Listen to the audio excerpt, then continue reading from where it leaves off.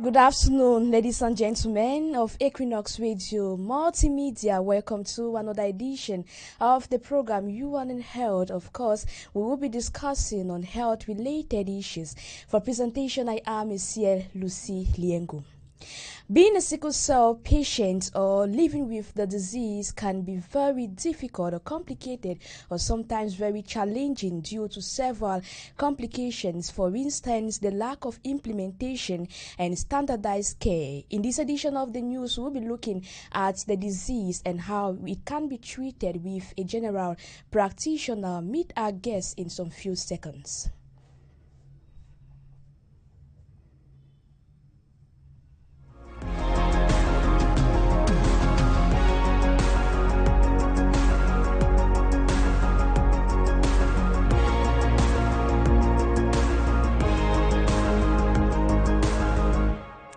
Once again, good afternoon, ladies and gentlemen. We are glad you joined us for this edition of the program You and Health.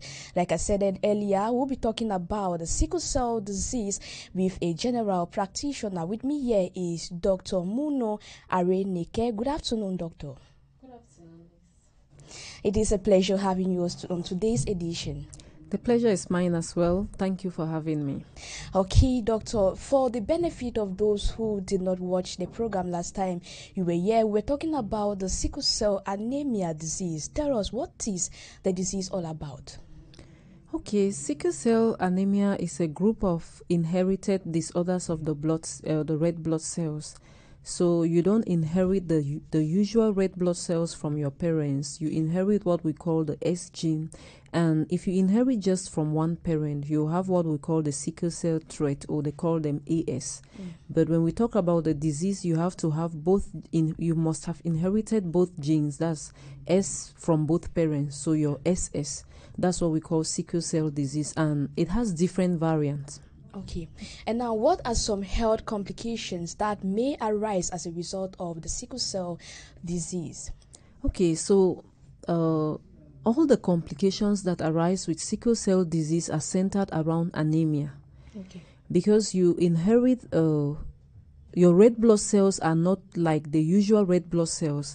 So they sickled when they're passing through the blood, through the vessels, they kind of get stuck in the vessels, and when they stuck, you don't have enough blood flow, so they get destroyed. These blood cells, normally the normal red blood cells get destroyed maybe every 120 days, but in sickle cell disease, their red blood cells get destroyed faster, and when they get destroyed, they suffer from anemia. Or they suffer from what we call vaso-occlusive crisis. That's to say that the red blood cells, the sickled cells, get blocked inside the vessels. So if they get blocked in the vessels that supply your limbs, you have painful limbs. If it's in your arm, you have painful arms. If it's in your brain, you develop a stroke. So it comes with different complications. Okay, and for those who like to join us on today's edition, the numbers are 670-547049. I repeat, 670-547049, or you can join us via 656-622222, 656-622222 at the end. And back to you, Doctor. How can we manage the sickle cell disease? Okay, that's a very good question. I will start by saying that the best option to manage is prevention. So let's all get screened, let's all get premarital testing done so that if you don't avoid the relationship, you'll be making at least an informed decision. So somewhere at the back of your mind, you're ready that you might have a sickle cell child in future, because if you're AS and you get married to a spouse that is AS, every pregnancy, there's a 25% chance of having a sickle cell disease. So that's for every pregnancy. So, but we can't tell. If you have 4 children, there's some people that have 4 children, all of them SS, and some will have 4, 3 normal, 1 SS. So because you cannot really tell. I've also seen rare cases where you have AS, and all the children are healthy. Well, maybe there are more cases out there. When the children are healthy, we don't get to test, right? So we don't know the percentage, yes. Of course, you are a general practitioner working at the Bingo Baptist Hospital here in Douala. So tell us, in a rate of, let's say, over 10, how many children or people do you receive? Okay, we can really grade, if you're in the pediatric ward, we really do see, I might not give a percentage, but we see quite a good number of them. But when you get to adult medicine, you rarely see them because unfortunately most of them don't make it to adulthood. But now with the modified treatments that we have around, we don't really have cure in our context per se. But we have treatment that is just to give them a good quality of life so that they don't go through so much pain and complications. And some of it is medications. They have medications that they have to take daily.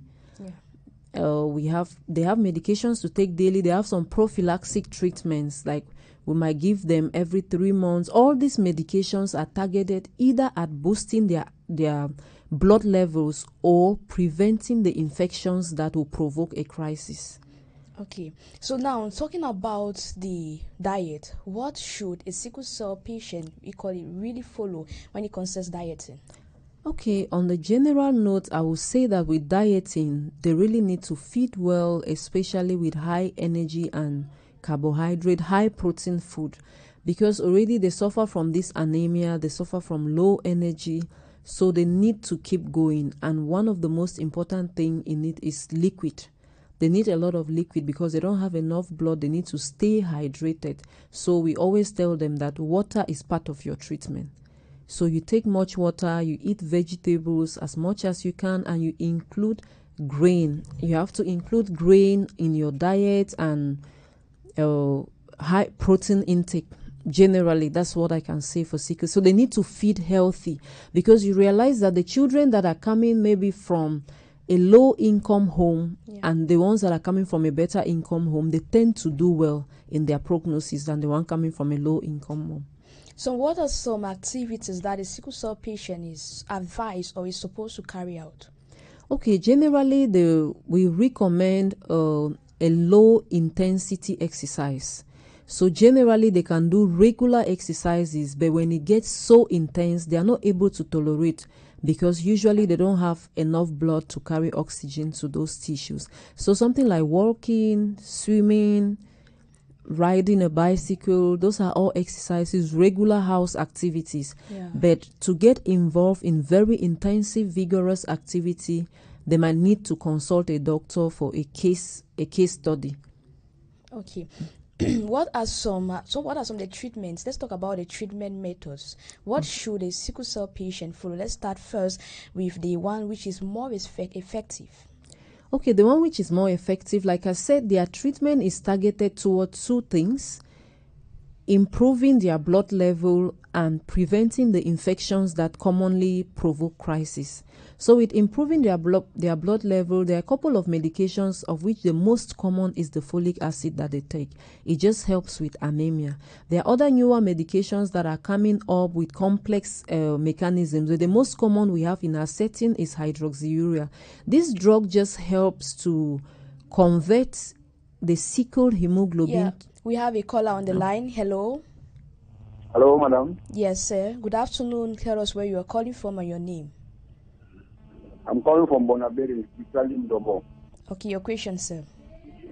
Yes, I have a problem. When I'm climbing a hill, my heart beats faster. I don't know what is wrong. Okay, your question gotten. Thank you very much. Doctor, you got the question? He said when he's doing what, his heart beats faster. That when he's climbing on a hill, his heart beats faster. Oh, okay. Thank you for your question. It's not very related to our topic, but I will say that you need to visit the hospital, because there are different reasons why your heart might be beating faster. You have very different reasons. It can be from the cardiac origin, it can be respiratory. So he needs to just make a consultation at a general practitioner's office and his problem will be solved. Okay, doctor, we are talking about the treatment methods, that which is very effective in order for us to treat the sickle cell disease. Okay, I was just saying that the other drug that is already available and widely used in our setting is hydroxyurea.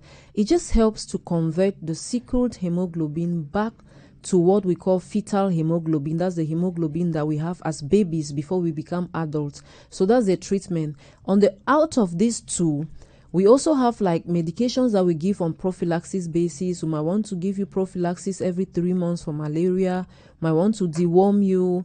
We might want to also give you some vaccines. And all of it is targeted at preventing the infections that provoke crisis so that they can have a better quality of life. We are talking about the treatment methods. Let's place an accent on the bone marrow. What is the bone marrow all about? Okay, the bone marrow transplant. I think so far that is the best we have when it comes to sickle cell, but unfortunately it's not yet very common in our setting. Bone marrow transplant, we simply take bone marrow, we transfer from a healthy person, and usually it should be a healthy sibling to the sickle cell patient. It should be a healthy sibling to them, so we transfer it. In a simple term, I would say look at it like a blood transfusion. Mm-hmm. That's why we need a healthy sibling so that the chances of compatibility will be higher. If you get somebody a complete stranger, it might not be compatible, and the cells that are being transplanted will be rejected. It's actually effective in the Western world, and the people are usually completely healed from sickle cell. Mm-hmm. But in our setting, it's not yet visible or common. It's not common in it's our not country. Common. Because doctor, when we hear about the bone marrow, we think about the bone. No, the thing is that blood is produced in the bone marrow. So all the cell lines are produced in the bone marrow, the white blood, the hemoglobin, and the platelet. So when you transfer a healthy bone marrow to the sickler, it provokes the bone marrow now to start producing healthy red blood cells. Okay, there are other options that exist when it concerns the treatment of the sickle cell disease. What are they? So like I said, the options are targeted toward blood and infection. So we have medications, which I've listed some. We have this bone marrow transplant. We have blood transfusion. That's another treatment that they do frequently, because at a certain point their blood gets so low that for them to have energy to carry out their daily activity, we need to transfuse blood to them. And then we also have vaccines. We have about 4 vaccines, to the best of my knowledge, that is recommended for them.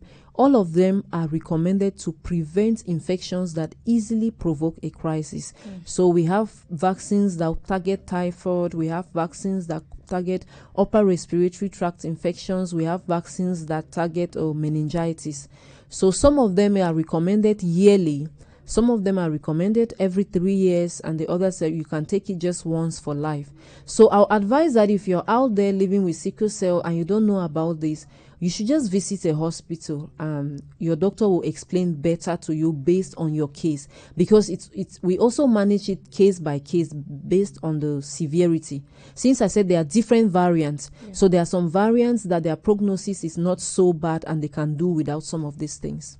So doctor, make us to understand, when we talk about the vaccines, who are those who are more eligible? Is it from when you are small that you notice your baby has, or a baby is sick, or maybe the baby is a sickle cell patient, that you go to the hospital for the vaccine to be implemented? Okay, so generally sickle cell disease is usually noticed as from 6 months, because from 0 to 6 months you're using your system is using what we call fetal hemoglobin, which is not sickled, and because it's not sickled, of course you don't come up with any complications.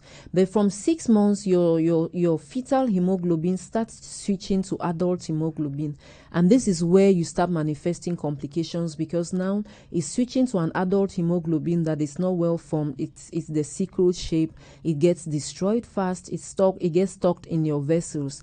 So most often the children will be diagnosed under 5. Now, depending on the variants, there are some variants, maybe if you have the S hemoglobin and for some reason you have a small percentage of the A hemoglobin, this small percentage prevents the sickle cells from being destroyed fast. So because of that, you might not manifest the symptoms of anemia very fast, and so you will not be diagnosed early. That's the same thing that happens with people that have maybe what we call persistent fetal hemoglobin. So because by the age of 1, we expect that your fetal hemoglobin is left just maybe 0 to 1%. But you have a group of patients that will have it persisting even up to 40%. So this group of people, they will not come up with symptoms. But usually, the main way that people know it, like we don't have routine screening for sickle cell children. Yeah. So they usually come maybe with anemia complications. So when you see a child with anemia, you're curious, why is the child having anemia? So it's in the course of investigating that you discover that this child is sickle cell. And then now, like I said, it's case by case study. You start now deciding which medications to start for this child, and they are supposed to be on a lifelong follow-up in the hospital. Okay. Now, for the vaccine, how often are we supposed to get the vaccine? Okay. There are about 4 main vaccines. The influenza vaccine is recommended every year for the sickle cell children. You have what we call the typhoid that is targeting typhoid, and you have Nemo 23 that is targeting pneumonias and other respiratory tract infection. That is generally recommended every 3 years. Yeah. And then you have what we call the Menectra vaccine that is targeting meningitis. Some studies recommend that you take it just once for lifetime. So these vaccines are not scary vaccines. They are vaccines that some of them we normally take in our routine under 5 vaccines. But when we end there, we don't need to repeat them except in cases of specific situations like sickle cell disease. We are talking about the vaccines related to the sickle cell disease. Are there any side effects? Because you know that most of us, mostly Cameroonians, so year of vaccines, we are very, very skeptical and scared. We even decide not to even permit our children receive the vaccine. So are there any side effects when it comes to the sickle cell vaccine? Well, just like every other medication, there are always side effects. Of course. Even paracetamol has side effects that you will not imagine, and some people react to it. But like I said, these vaccines are regular vaccines that we normally even take. Is part of the vaccines that under 5 years take, or 0 to 1 year.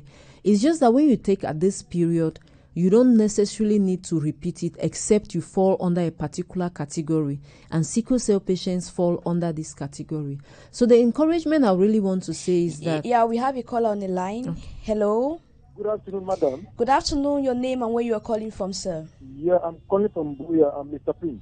Okay, thank you. Your question. Yeah, there is this myth about sickle cell that when a patient gets to the age of 25, he or she will not die from the disease. Is that true? That he or she will die or will not die? I didn't get you clearly. He will not die. And when the person gets to the age of 25 years, the disease will normally fade away. Yeah. And I also want to ask a doctor about what's the average lifespan of a sickle cell patient. Good day. Thank you very much, sir, for your question. Doctor, you got the question? Yes, I got the question.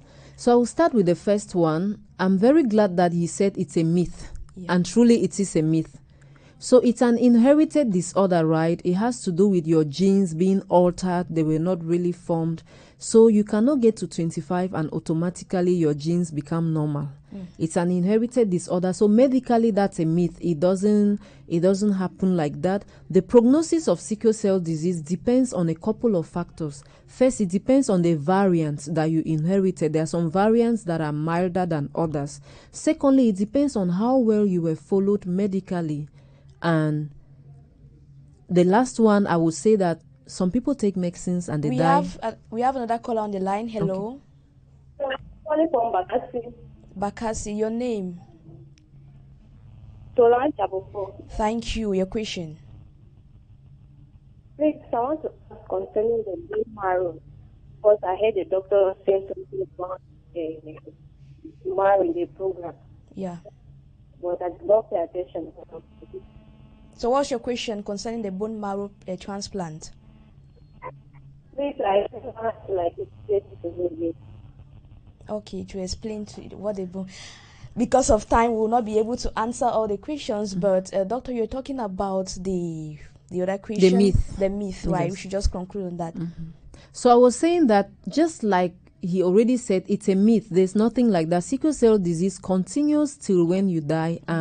His other question was asking about the average age of sickle cell. In our country and in terms of percentage, I might not be able to tell. But what I can say is that, unfortunately, when you're getting to adulthood, you don't meet so many sickle cell patients. It's sad because in the pediatric clinic, you meet so many of them, but as they go by, they die. But I've met a couple of them who are 50 years even, and they are living with it. They still have crisis even at 50 years. So it doesn't mean that when they cross 25, they were not. They still have crisis, but they have managed to pull through. They follow their medical record, they take their medications, and they follow their rendezvous. Okay, and now the second question he asked concerning still the 25 years. I think I've meshed. Okay, you've meshed already. Now let's talk about the bone marrow briefly. Okay, like I said, bone marrow transplant, to put it in simple terms, is like a blood transfusion. Simply, like you're collecting stem cells from the bone marrow of a healthy donor who must be a healthy sibling to the sickler, and you transplant it to the sickler. And what this intends to do is to provoke, since blood is produced in the bone marrow, so it provokes the bone marrow to start producing healthy blood cells. And what I said is that in our setting, we don't have it yet, but it is doable in different countries. I've even called Israel and tried to arrange for a patient I had, so it's doable. And in Cameroon, it's not yet common. It's not yet. It's not done in Cameroon yet. Okay. Any last advice for sickle cell patients out there? Okay. What I would tell sickle cell patients out there is that you are heroes, and we understand the challenges that you go through, but I want you to be strong, follow your medications, especially to the adolescents. Don't get discouraged. Don't get to the point where you're asking yourself, why me? Why do I have to take the medications? Follow your medications, and at the end of the day, medical science has what it has to say, and God has what He has to say. And if you were not aware of the vaccines, you might want to get vaccinated so that you limit the frequency of your crisis. All right, thank you very much. Dr. Muno Are-Neke, she is a general practitioner. She was our guest for today's edition of the program You and Health. And for presentation, I am Sia Luciliengu. At the technical dashboard, we had Bertrand Bonzini and Raphael Dipanda. Thanks for your keen attention. The next rendezvous is same time, 12:30 next week, Thursday. Thank you.